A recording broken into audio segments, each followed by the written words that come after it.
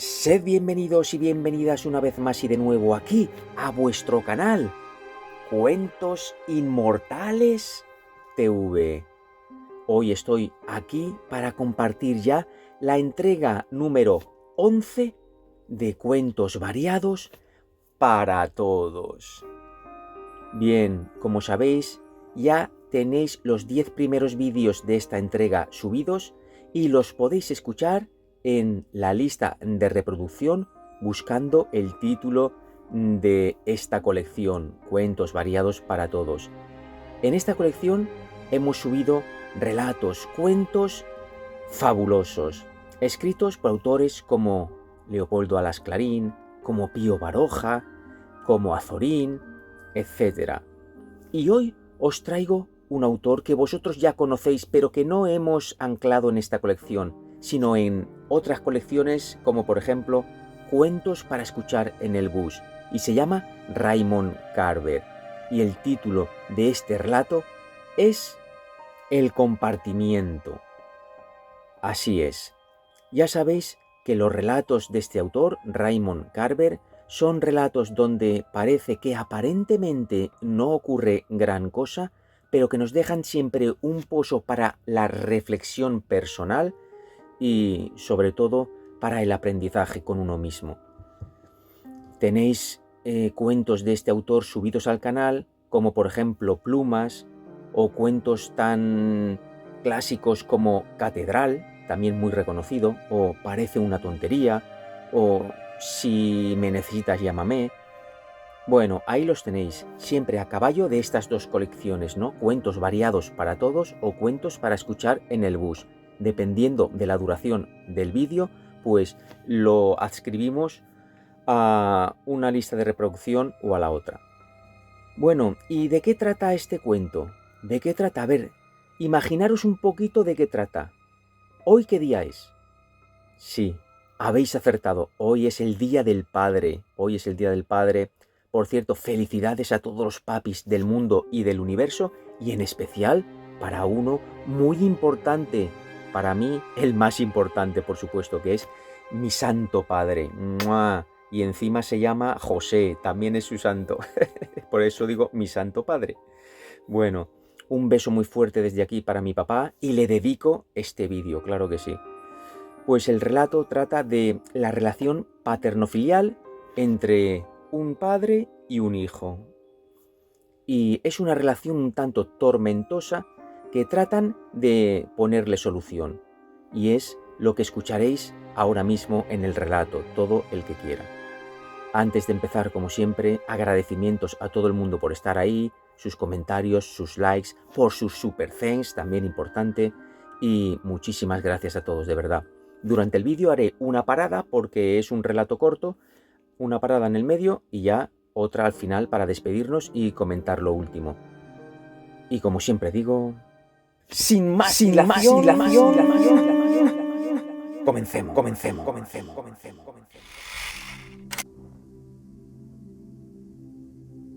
El compartimiento. Meyers recorría Francia en vagón de primera clase para visitar a su hijo, que estudiaba en la Universidad de Estrasburgo.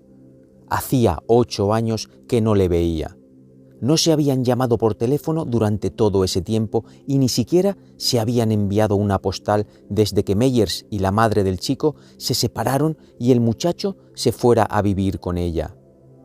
Meyers siempre había pensado que la perniciosa intromisión del muchacho en sus asuntos personales había precipitado la ruptura final. La última vez que Meyers vio a su hijo, el chico se abalanzó sobre él durante una violenta disputa. La mujer de Meyers estaba de pie junto al aparador, rompiendo platos de porcelana, uno tras otro, contra el suelo del comedor. Luego se había dedicado a las tazas. «¡Basta ya!», dijo Meyers. En ese momento el muchacho se lanzó contra él. Meyers le esquivó y le inmovilizó con una llave de cuello, mientras el chico lloraba, dándole puñetazos en la espalda y los riñones. Meyers le tenía a raya y se aprovechó a fondo. Le golpeó contra la pared y amenazó con matarle. Lo dijo en serio. «Yo te he dado la vida. recordaba haber gritado: «¡Y puedo quitártela!». Pensando ahora en aquella escena horrible, Meyers meneó la cabeza como si le hubiera sucedido a otro. Y así era. Él ya no era el mismo, sencillamente. Ahora vivía solo y apenas se relacionaba con nadie fuera del trabajo. Por la noche escuchaba música clásica y leía libros sobre señuelos para cazar patos. Encendió un cigarrillo y siguió mirando por la ventanilla, sin prestar atención al hombre que se sentaba en el asiento junto a la puerta y que dormía con el sombrero sobre los ojos. Acababa de amanecer y había niebla sobre los campos verdes que desfilaban ante sus ojos. De vez en cuando, Meyers veía una granja y sus dependencias, todo ello cercado por una tapia. Pensó que tal vez fuese una buena manera de vivir, en una casa vieja rodeada de muros. Eran las 6 un poco pasadas. Meyers no había dormido desde que abordó el tren en Milán a las 11 de la noche anterior. Cuando el tren salió de la ciudad italiana, consideró que era una suerte tener el compartimiento para él solo. Dejó la luz encendida y hojeó las guías. Leyó cosas que lamentaba no haber leído antes de visitar los lugares de que hablaban. Descubrió muchas cosas que debería haber visto y hecho. En cierto modo, sentía averiguar datos sobre Italia, ahora que dejaba aquel país después de su primera y, sin duda, última visita.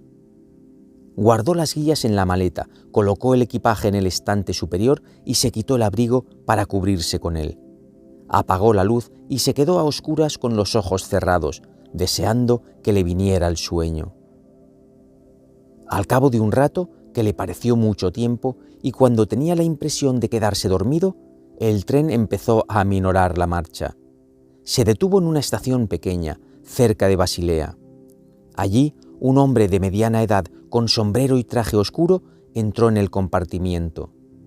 Dijo algo en una lengua que Meyers no entendía, y luego colocó su bolsa de cuero en el estante. Se sentó al otro extremo del compartimiento e irguió los hombros. Luego se echó el sombrero sobre los ojos. Cuando el tren se puso de nuevo en movimiento, el hombre dormía con un ronquido suave. Meyers le envidió. Al cabo de pocos minutos, un aduanero suizo abrió la puerta del compartimiento y encendió la luz. En inglés y en otra lengua, en alemán, supuso Meyers, el aduanero pidió ver sus pasaportes. El hombre que estaba en el compartimiento con Meyers se echó hacia atrás el sombrero, parpadeó y metió la mano en el bolsillo del abrigo. El aduanero examinó el pasaporte, miró atentamente al viajero y le devolvió la documentación. Meyers le tendió su pasaporte. El aduanero leyó los datos, miró la fotografía y observó a Meyers antes de asentir con la cabeza y devolvérselo. Al salir apagó la luz. El hombre que viajaba con Meyers se echó el sombrero sobre los ojos y estiró las piernas. Meyers supuso que volvería a dormirse enseguida y de nuevo sintió envidia.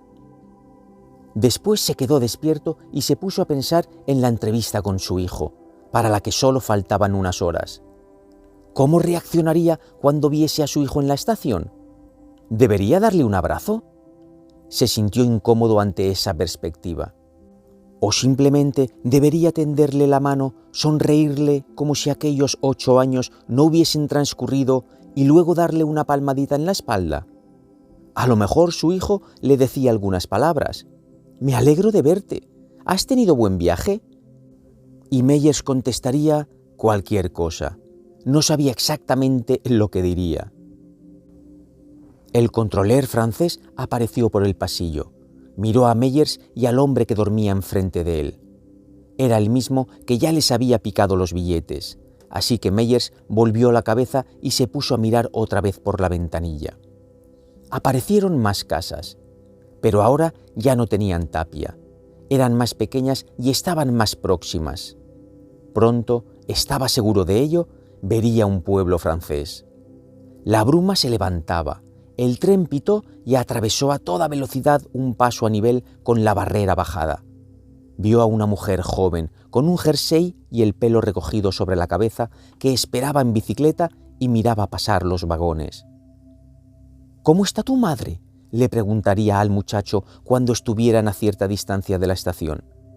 ¿Qué noticias tienes de tu madre?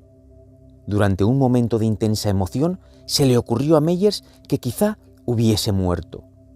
Pero luego comprendió que no podía ser, que habría oído algo, que de una u otra forma se habría enterado.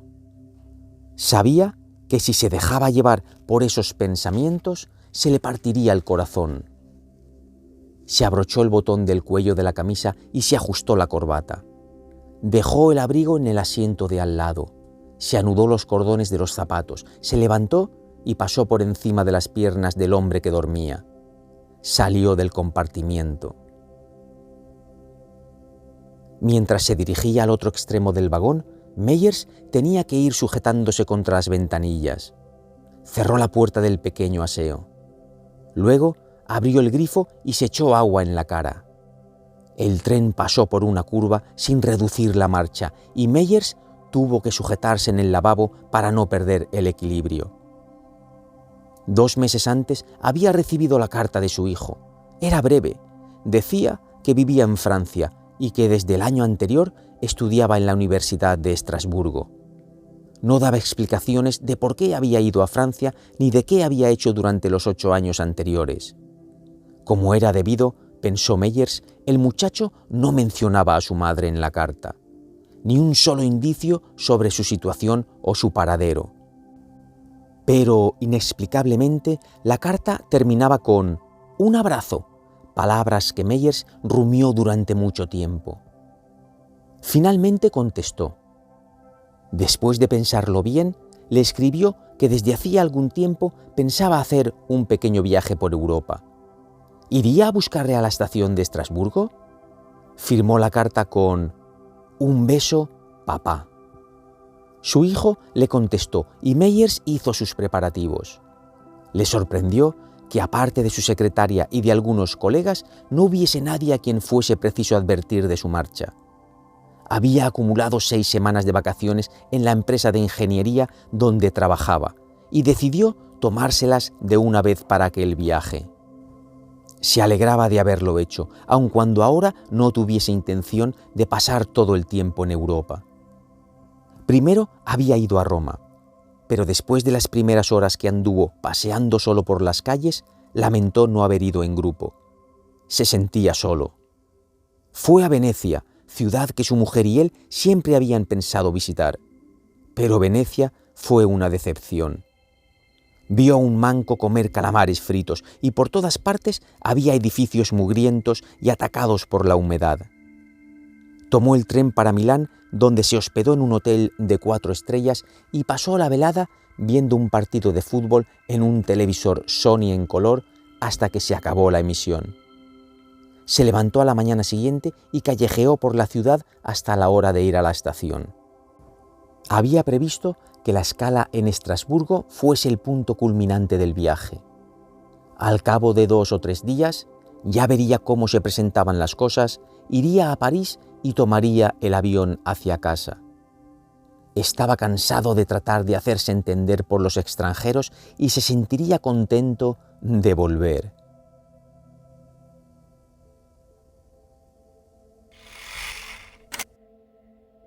Bueno, primer alto en el camino, primera parada para recapitular. Tenemos un personaje, Meyers, y Meyers, el padre, trata de ir al encuentro de su hijo, que está en el extranjero. Para ello ha pedido un permiso en el trabajo, o bueno, se ha cogido unas vacaciones y se ha venido de América, digamos, a Europa, y va a visitarlo. Siempre bajo los antecedentes que hemos podido escuchar. Una relación turbulenta en un momento de su vida, donde se enfrentaron físicamente, cara a cara. Fijaros, el enfrentamiento físico, cara a cara, incluso que lleguen a las manos entre un padre y un hijo, es algo que creo que se te debe quedar grabado en el corazón y que tiene difícil perdón, pero todo se puede perdonar. Entonces, poneros en la piel de Meyers, que va a visitar a su hijo después de 8 años sin verlo, con las dudas que puede tener, sin verlo y sin haberse escrito ni una palabra prácticamente, sin saber nada de él prácticamente, y después de su último encuentro, que fue esa fricción entre ambos. ¿Qué pasará? ¿Qué ocurrirá? No voy a desvelar absolutamente nada, pero podéis darle un poco a la imaginación y tratar vosotros de construir un final alternativo, ¿no?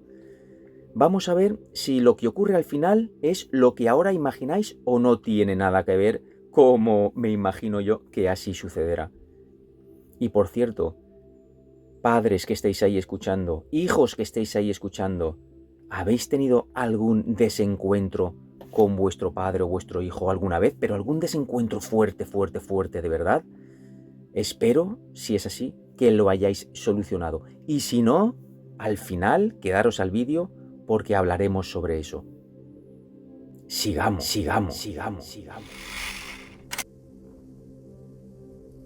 Alguien intentó abrir la puerta del lavabo. Meyers terminó de remeterse la camisa.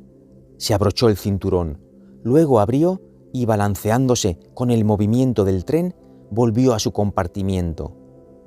Al abrir la puerta, se dio cuenta enseguida de que le habían tocado el abrigo. Estaba en un asiento distinto. Tuvo la impresión de encontrarse en una situación ridícula, pero posiblemente seria. Al cogerlo, el corazón empezó a latirle deprisa.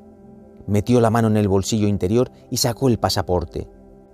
Se guardó la billetera en el bolsillo trasero del pantalón, de modo que seguía teniendo la cartera y el pasaporte.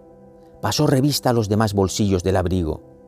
Lo que le faltaba era el regalo que llevaba para el chico, un caro reloj de pulsera japonés que había comprado en una tienda de Roma. Lo tenía en el bolsillo interior del abrigo para mayor seguridad, y ahora había desaparecido. «Perdone», le dijo al hombre repantigado en el asiento, con las piernas estiradas y el sombrero sobre los ojos. «Disculpe». El hombre se echó el sombrero hacia atrás y abrió los ojos. Se enderezó y miró a Meyers. Tenía los ojos dilatados. Quizá hubiese estado soñando, o quizá no. «¿Ha visto entrar a alguien?». Pero estaba claro que el hombre no entendía lo que Meyers quería decir. Siguió mirándole fijamente, con lo que a Meyers le pareció un aire de incomprensión total. Pero a lo mejor era otra cosa, pensó. Tal vez aquella expresión disimulaba la falsedad y el engaño. Meyers agitó el abrigo para llamar la atención del hombre. Luego metió la mano en el bolsillo y hurgó. Se subió la manga de la camisa y le enseñó su reloj. El hombre miró a Meyers y luego al reloj. Parecía confuso. Meyers dio unos golpecitos en la esfera del reloj. Volvió a meter la otra mano en el bolsillo del abrigo e hizo el gesto de buscar algo. Meyers señaló al reloj una vez más y movió los dedos queriendo dar a entender que el reloj se había marchado volando por la puerta. El hombre se encogió de hombros y meneó la cabeza. «¡Maldita sea!», exclamó Meyers frustrado. Se puso el abrigo y salió al pasillo. No podía quedarse un momento más en el compartimiento. Tenía miedo de golpear a aquel hombre. Miró a un lado y a otro del pasillo como si esperase ver y reconocer al ladrón, pero no había nadie. Quizá el hombre del compartimiento no había robado el reloj. A lo mejor había sido otra persona, la que intentó abrir la puerta del lavabo, que se había fijado en el abrigo y en el hombre dormido al pasar por el pasillo, y simplemente había abierto la puerta y rebuscado en los bolsillos, marchándose de nuevo y cerrando al salir. Meyers anduvo despacio hacia el fondo del vagón, atisbando por las demás puertas. Había poca gente en primera clase, 1 o 2 personas en cada compartimiento. La mayoría estaban dormidas o lo parecían. Tenían los ojos cerrados y la cabeza apoyada en el respaldo del asiento. En un compartimiento, un hombre de alrededor de su misma edad estaba sentado a la ventanilla mirando el paisaje. Cuando Meyers se detuvo a mirarle tras el cristal de la puerta, el hombre se volvió con una expresión de furia. Meyers pasó al vagón de segunda. Allí los compartimientos iban atestados, 5 o 6 viajeros en cada uno, y la gente, se veía enseguida, estaba más abatida. Muchos se mantenían despiertos, iban demasiado incómodos para dormir, y le miraban al pasar. «Extranjeros», pensó. Era evidente que si el hombre de su compartimiento no había robado el reloj, el ladrón tenía que ser del vagón. Pero, ¿qué podía hacer? No había remedio. El reloj había desaparecido. Ahora estaba en el bolsillo de otro. Era imposible explicar al controler lo que había pasado. Y aunque pudiese, ¿qué más daría? Volvió a su compartimiento. Miró dentro y vio que el hombre se había vuelto a estirar con el sombrero sobre los ojos. Meyers pasó por encima de las piernas del hombre y se sentó en su asiento, junto a la ventanilla. Estaba ciego de ira. Llegaban a las afueras de una ciudad. Granjas y prados daban paso a fábricas con nombres impronunciables escritos en las fachadas de los edificios. El tren aminoró la marcha. Meyers vio coches en las calles y en los pasos a nivel, detenidos en fila hasta que el tren pasara. Se levantó y bajó la maleta. La sostuvo sobre las piernas mientras miraba aquel sitio detestable. Se le ocurrió que después de todo no tenía ganas de ver al chico. Se quedó pasmado ante la idea y por un momento se sintió rebajado ante su mezquindad. Meneó la cabeza. De todas las tonterías que había cometido en la vida, aquel viaje quizá fuese la peor. Pero el caso era que verdaderamente no tenía ganas de ver al muchacho, cuya conducta le había enajenado su cariño hacía ya mucho tiempo. De pronto recordó con gran claridad el rostro de su hijo cuando se abalanzó sobre él aquella vez y se sintió invadido por una oleada de rencor. Aquel chico había devorado la juventud de Meyers, había convertido a la muchacha que cortejó y con la que se casó en una mujer neurótica y alcohólica a quien el muchacho consolaba y maltrataba de manera alternativa. ¿Por qué diantre, se preguntó Meyers, había venido de tan lejos para ver a alguien que detestaba? No quería estrechar la mano de su hijo, la mano de su enemigo, ni darle una palmada en la espalda mientras charlaban de cosas sin importancia. El tren entró en la estación y Meyers se inclinó sobre el borde del asiento. Los altavoces del tren emitieron un anuncio en francés. El hombre que iba en el compartimiento de Meyers empezó a removerse. El altavoz volvió a anunciar otra cosa en francés y el hombre se ajustó el sombrero y se enderezó en el asiento. Meyers no entendía ni palabra. Su inquietud aumentaba a medida que el tren se detenía. Decidió no salir del compartimiento. Se quedaría sentado donde estaba hasta que el tren volviera a ponerse en marcha. Y cuando saliese, él iría hacia adentro, hasta París, y todo habría terminado. Miró con cautela por la ventanilla, temiendo ver el rostro de su hijo pegado al cristal. No sabía lo que haría en ese caso. Tenía miedo de enseñarle el puño. Vio a algunas personas en el andén, con abrigos y bufandas, de pie junto a las maletas, esperando subir al tren. Otras aguardaban, sin equipaje, con las manos en los bolsillos, y era evidente que habían ido a recibir a alguien. Su hijo no se encontraba entre ellas, pero naturalmente eso no quería decir que no estuviese por allí, en alguna parte. Meyers dejó la maleta en el suelo y se recostó un poco en el asiento. El hombre que se sentaba frente a él bostezaba y miraba por la ventanilla. Entonces volvió la cara hacia Meyers. Se quitó el sombrero y se pasó la mano por el pelo. Luego volvió a cubrirse, se levantó y bajó su bolsa del estante de equipajes. Abrió la puerta del compartimiento, pero antes de salir se dio la vuelta y señaló hacia la estación. «¡Estrasburgo!», dijo. Meyers le dio la espalda. El hombre esperó un momento más. Salió luego al pasillo con la bolsa y, Meyers estaba seguro, con el reloj. Pero eso era ahora la menor de sus preocupaciones. Miró de nuevo por la ventanilla. Vio a un hombre con delantal de pie a la entrada de la estación fumando un cigarrillo. Observaba a dos empleados del tren que informaban de algo a una mujer con una falda larga y un niño en brazos. La mujer escuchó, asintió con la cabeza y siguió escuchando. Se cambió el niño de brazo. Los hombres continuaron hablando. Ella escuchaba. Uno de ellos acarició al niño bajo la barbilla. La mujer bajó la cabeza y sonrió. Volvió a pasarse el niño al otro brazo y siguió escuchando. Meyers vio a una pareja de jóvenes besándose en el andén, no lejos de su vagón. Luego el joven soltó a la muchacha. Dijo algo, cogió la maleta y se dispuso a subir al tren. La chica le vio marchar. Se llevó una mano a la cara, pasándosela primero por un ojo y luego por el otro. Al cabo de un momento, Meyers la vio avanzar por el andén con la vista fija en su vagón, como si siguiera a alguien. Apartó la vista de la muchacha y miró al enorme reloj de encima de la sala de espera. Inspeccionó el andén de un extremo al otro. No había ni rastro de su hijo. Tal vez se hubiese quedado dormido, o a lo mejor también él había cambiado de opinión. En cualquier caso, Meyers sintió alivio. Miró de nuevo al reloj, luego a la joven que se dirigía apresuradamente a la ventanilla donde él estaba. Meyers se retiró como si la muchacha fuese a romper el cristal. Se abrió la puerta del compartimiento. El joven que había visto fuera la cerró al entrar y dijo «Bonjour». Sin esperar respuesta, arrojó la maleta al estante superior de equipajes y se acercó a la ventana. «Pardon-moi».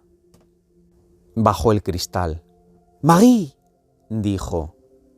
La joven empezó a sonreír y a llorar al mismo tiempo. El muchacho le tomó las manos y comenzó a besarle los dedos. Meyers apartó la vista y apretó los dientes. Oyó los últimos gritos de los empleados. Tocaron el pito. Enseguida el tren empezó a alejarse del andén. El joven había soltado las manos de la chica, pero siguió agitando el brazo mientras el tren cobraba velocidad.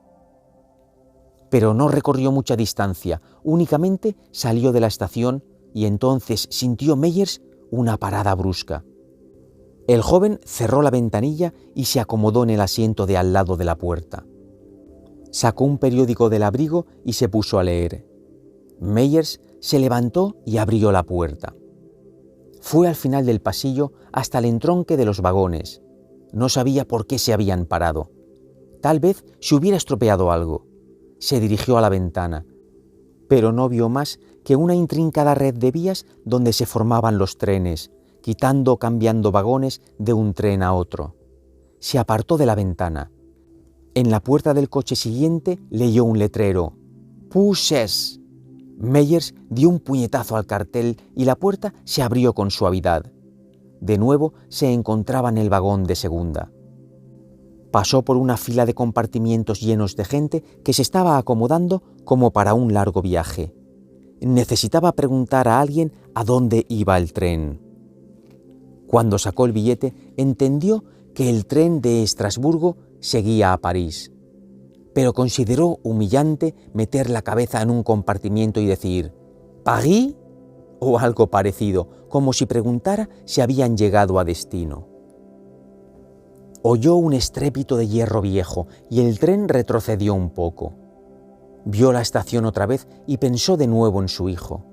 Quizá estuviese allí, sofocado por haber corrido hasta la estación, preguntándose qué le habría pasado a su padre. Meyers meneó la cabeza. El vagón chirrió y gimió a sus pies. Luego se enganchó ajustándose pesadamente. Meyers observó el laberinto de vías y comprendió que el tren estaba de nuevo en marcha. Volvió apresurado hacia el fondo del pasillo y entró de nuevo en su vagón. Se dirigió a su compartimiento. Pero el joven del periódico había desaparecido y también la maleta de Meyers. No era su compartimiento. Se sobresaltó al comprender que debían haber desenganchado su vagón y añadido otro de segunda clase. Aquel estaba casi lleno de hombrecillos morenos que hablaban velozmente en una lengua que Meyers no había oído nunca. Uno de ellos le hizo señas de que pasara. Meyers entró y los hombres le hicieron sitio. Parecía haber un ambiente alegre. El hombre que le hizo señas se rió y dio unas palmadas en el asiento que había a su lado. Meyers se sentó en sentido contrario a la marcha. Por la ventanilla el paisaje pasaba cada vez más deprisa. Por un instante, Meyers tuvo la sensación de que el panorama se precipitaba lejos de él. Iba a alguna parte, eso lo sabía, y si era en dirección contraria, tarde o temprano lo descubriría. Se recostó en el asiento y cerró los ojos. Los hombres siguieron charlando y riendo. Las voces parecían venir de muy lejos. Pronto se fundieron con los ruidos del tren. Y poco a poco Meyers se sintió llevado y luego traído por el sueño.